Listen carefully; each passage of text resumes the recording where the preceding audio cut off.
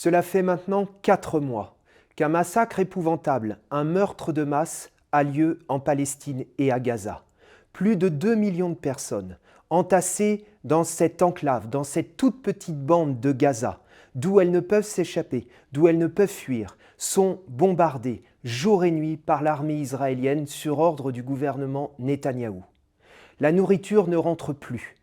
Il n'y a quasiment plus d'eau potable, il n'y a plus de médicaments. C'est une véritable boucherie qui a lieu en ce moment même.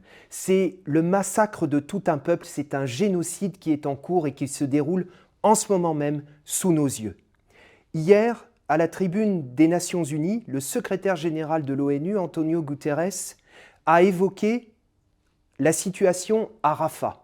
Rafah, c'est ce village, cette ville au sud de la bande de Gaza à la frontière égyptienne, vers laquelle de plus en plus les Palestiniens convergent pour tenter en quelque sorte de se réfugier et de fuir l'horreur, de fuir le carnage. Et il dit, si le gouvernement israélien lance une offensive contre Rafah, nous assisterons à un cauchemar humanitaire.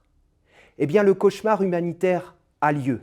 Parce que dans les heures qui ont suivi, le chef du gouvernement israélien, Benjamin Netanyahou, a fait la déclaration suivante.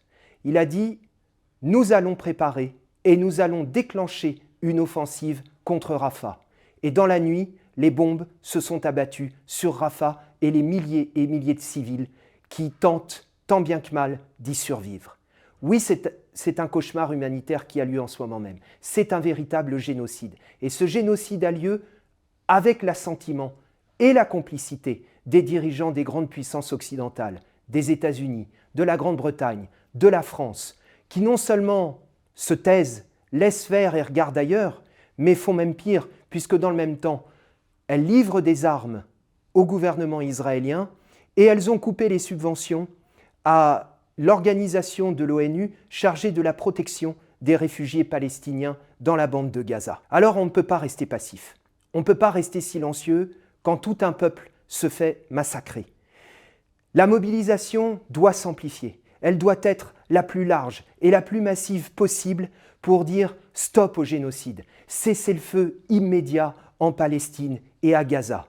C'est la raison pour laquelle, samedi prochain, samedi 10 février, je participerai à une manifestation organisée dans ma circonscription entre Clichy-sous-Bois et Montfermeil sur ces mots d'ordre. Et je n'en doute pas, cette manifestation en appelle d'autres parce que seule la mobilisation du plus grand nombre fera reculer ceux qui en ce moment même organisent le massacre du peuple palestinien et laissent faire ce massacre épouvantable. Nous ne laisserons pas faire.